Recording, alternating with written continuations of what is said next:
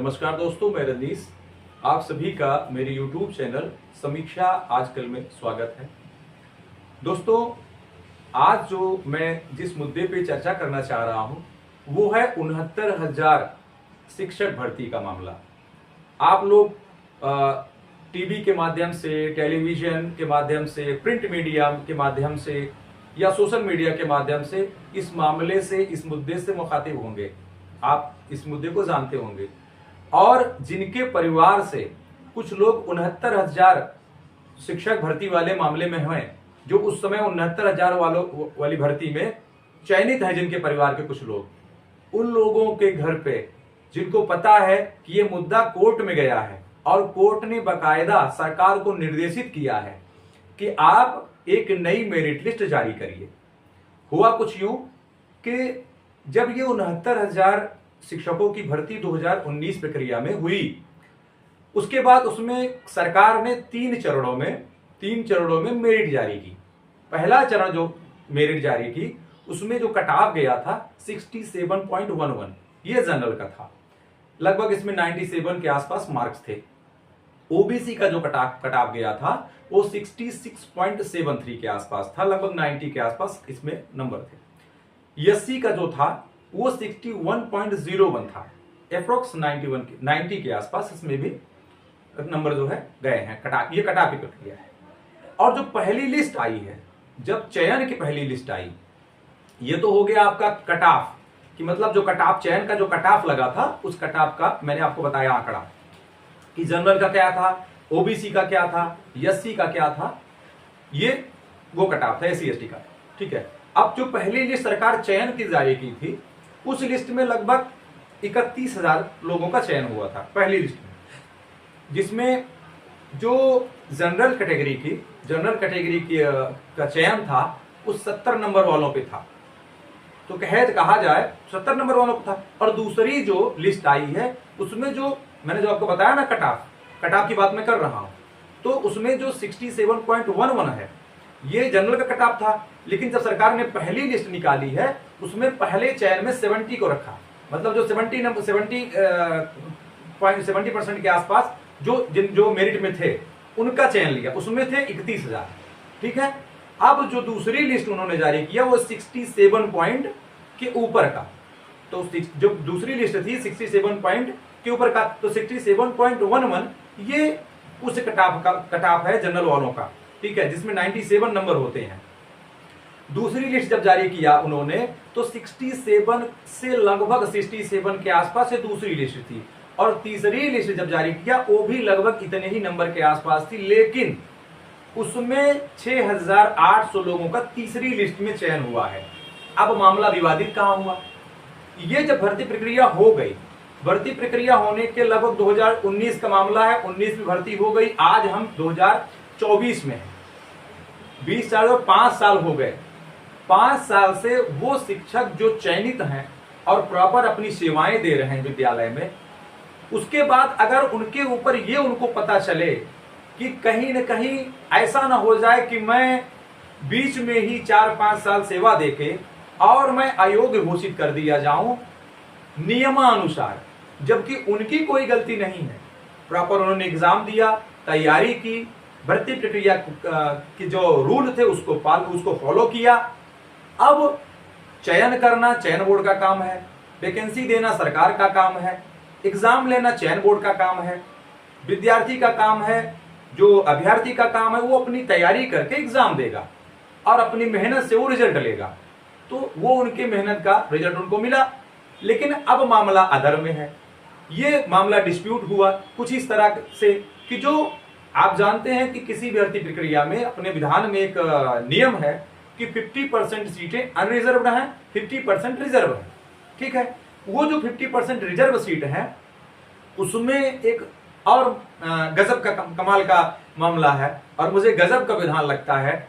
अब न्यायालय है, हमारा विधि है, तो उसकी बातों को तो हम मानते हैं, ससम्मान मानते हैं, लेकिन 50% जो आरक्षित कोटे की सीट है उसमें जनरल नहीं जा सकता क्योंकि वो रिजर्व है।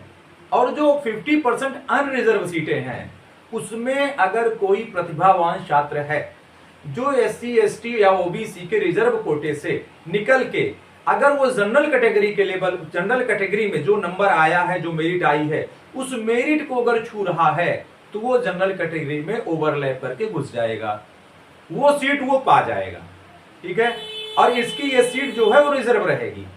जैसे इस भर्ती प्रक्रिया में एक मजेदार पहलू ये है कि जो टोटल वैकेंसीज थी जनरल कैटेगरी की 69,000 शिक्षक भर्ती में, 69,000 में जो टोटल वैकेंसीज थी वो कुछ इस प्रकार की थी कि जनरल की जो सीटें थी 34,589 थी, ये जनरल कैटेगरी की थी।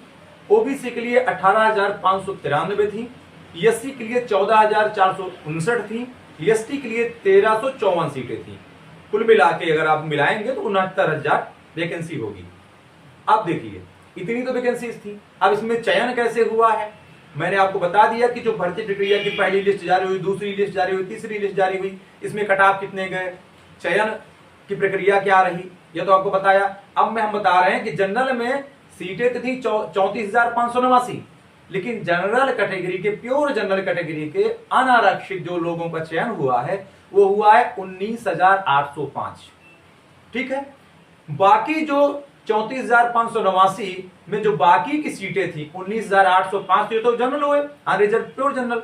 अब इसमें जो बाकी की सीटें बचती हैं, क्योंकि 34,589 है तो 19,805 जनरल हुए, बाकी की जो सीटें हैं उसमें ओवरलैप करके, बताया ना अभी आपसे कि गजब का मामला है, गजब का नियम विधान है कि अपने में तो हम सुरक्षित है ही हैं, उसके बावजूद हम जनरल में भी फाइट कर सकते हैं। और अगर जनरल की सीटों में इनकी मेरिट जनरल को छू रही है तो ये जनरल के सीटों को भी कब्जा कर लेंगे, नियमानुसार उनमें उनकी कोई गलती नहीं है, नियम जो है उनको ये आजादी देता है, तो अपनी प्रतिभा से वहां भी सीटें रिजर्व कर सकते हैं अपने प्रतिभा के अनुसार।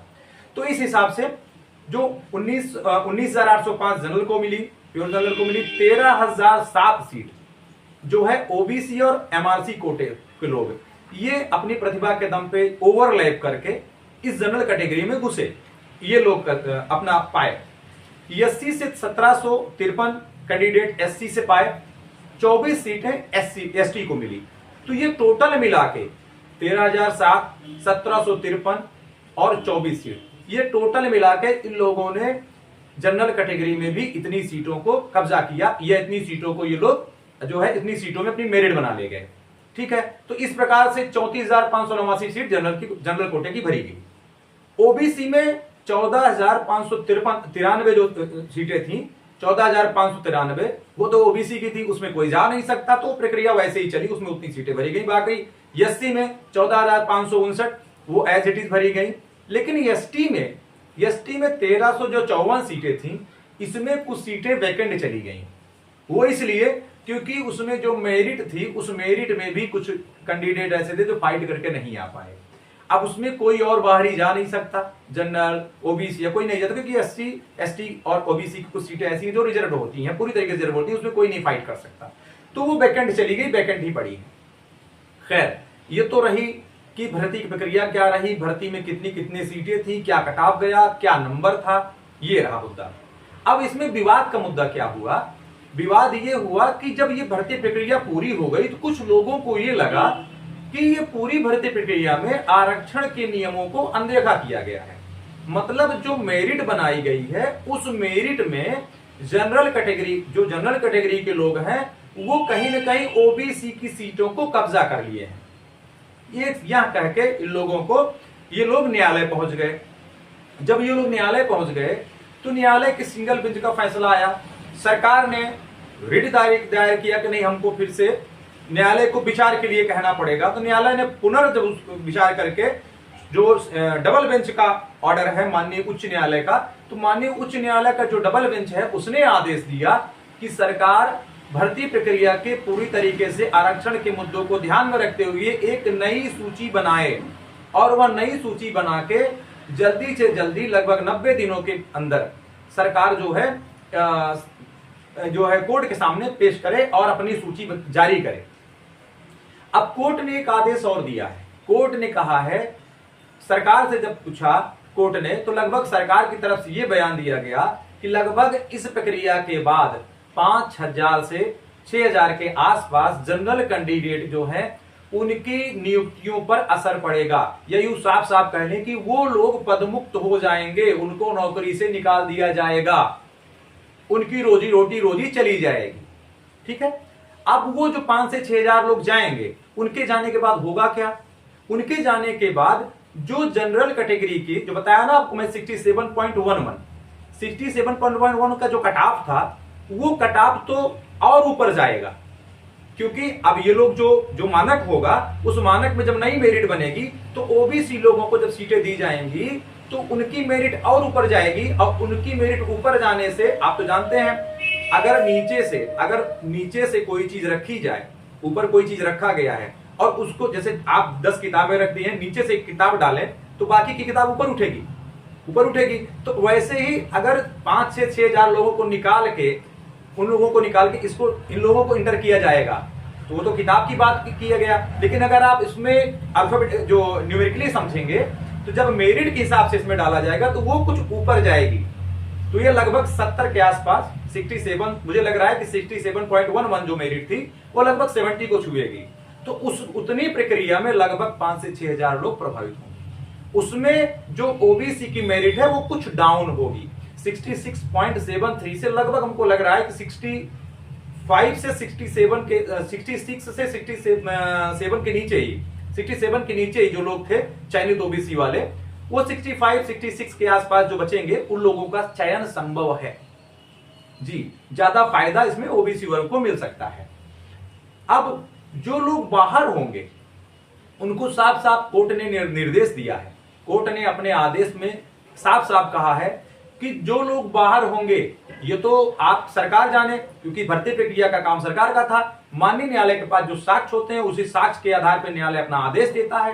तो न्यायालय ने कहा है कि जो बच्चे पढ़ रहे हैं, जिनका पाठ्यक्रम चल रहा है, उन बच्चों के ऊपर कोई प्रभाव नहीं पड़ना चाहिए शिक्षक के जाने से। जो शिक्षक पढ़ा रहे हैं उनको 2025 तक अपना सेशन पूरा करके जाना है, उसके बाद वो चाहे जहां जाएं, मतलब पदमुक्त ही हो जाएंगे वो लोग। तो ये मामला है।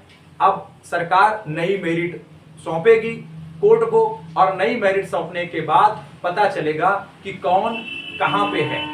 अब मैं यूं कहूं कि अगर आप लोगों को ये जानना होगा, मुझे जहां तक लग रहा है बहुत लोगों को तनाव होगा, जिनके घर के लोग नौकरी पा जाते हैं, उनके परिवार में एक सदस्य अगर किसी घर में नौकरी पा जाए तो लगभग सारे सदस्यों का भरण पोषण होता है।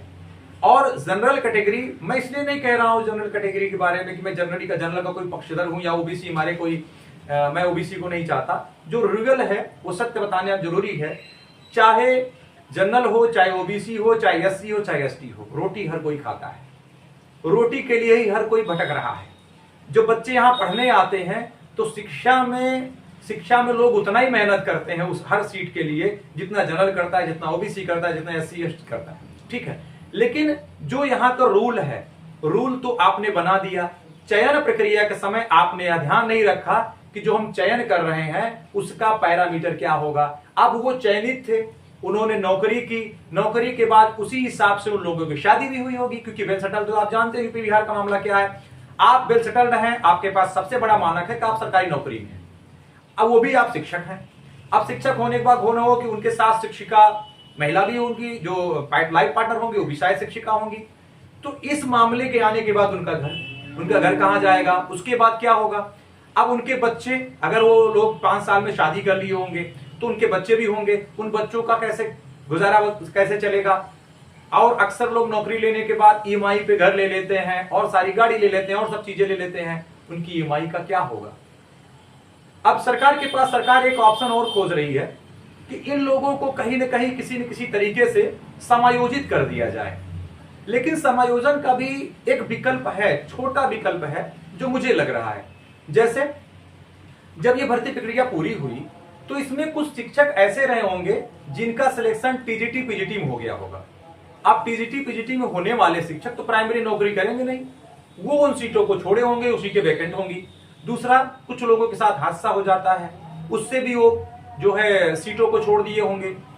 तो कुछ तरीके से तो कुछ न कुछ सीटें बची होंगी, ठीक है। लेकिन अब उन सीटों को सरकार समायोजित करके 5 से 6 हजार लोगों को सब पूरी तरीके से एडजस्ट नहीं कर सकती।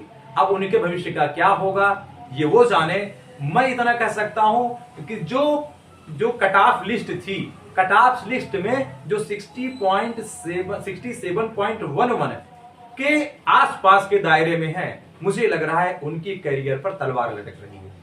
भगवान करें आप लोगों के साथ कुछ अच्छा हो और जो नौकरी में है वो प्रॉपर नौकरी करें, उनकी रोजगार पे कोई संकट ना आए।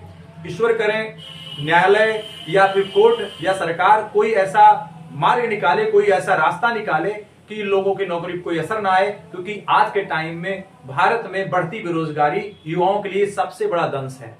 सबसे बड़ा दंश ये वही जानता है जो बेरोजगार है। तो मेरी शुभकामनाएं हैं उन लोगों के साथ जिनको नौकरी मिलनी है, जो नौकरी के इंतजार में है। उन लोगों के साथ मेरी शुभकामनाएं भी हैं जो लोग नौकरी कर रहे हैं, और ईश्वर से मेरी प्रार्थना उन लोगों के लिए है जो इस न्यायालय के इस आदेश के बाद, इस डिस्प्यूट के बाद संकट के दायरे में है, संकट में है कि उनके भविष्य का क्या होगा। परमात्मा करे उनका भविष्य सुरक्षित रहे। और जो 70 जो पहली मेरिट लिस्ट में आए हैं, जो पहली लिस्ट सरकार की जारी हुई थी 70 नंबर वाली, 70 वाली, वो तो लगभग शेफ हैं। उसमें 31,000 लोग थे, उन पे कोई संकट नहीं है। संकट 67.11 के बाद जो दूसरी लिस्ट आई और तीसरी, इसी में मामला है जहां तक मुझे लग रहा है। आप लोगों को क्या लग रहा है आप लोग बताइएगा मुझे इस कमेंट बॉक्स में, और मेरी बातों से कितने संतुष्ट हैं आप लोग मुझे जरूर बताइएगा। मुझे कोर्ट से या सरकार की कोई मेरिट लिस्ट नई वाली जब आती है, जैसे ही कुछ ऐसी सूचना मुझे मिलेगी आप लोगों के समक्ष फिर से लाऊंगा। धन्यवाद, नमस्कार।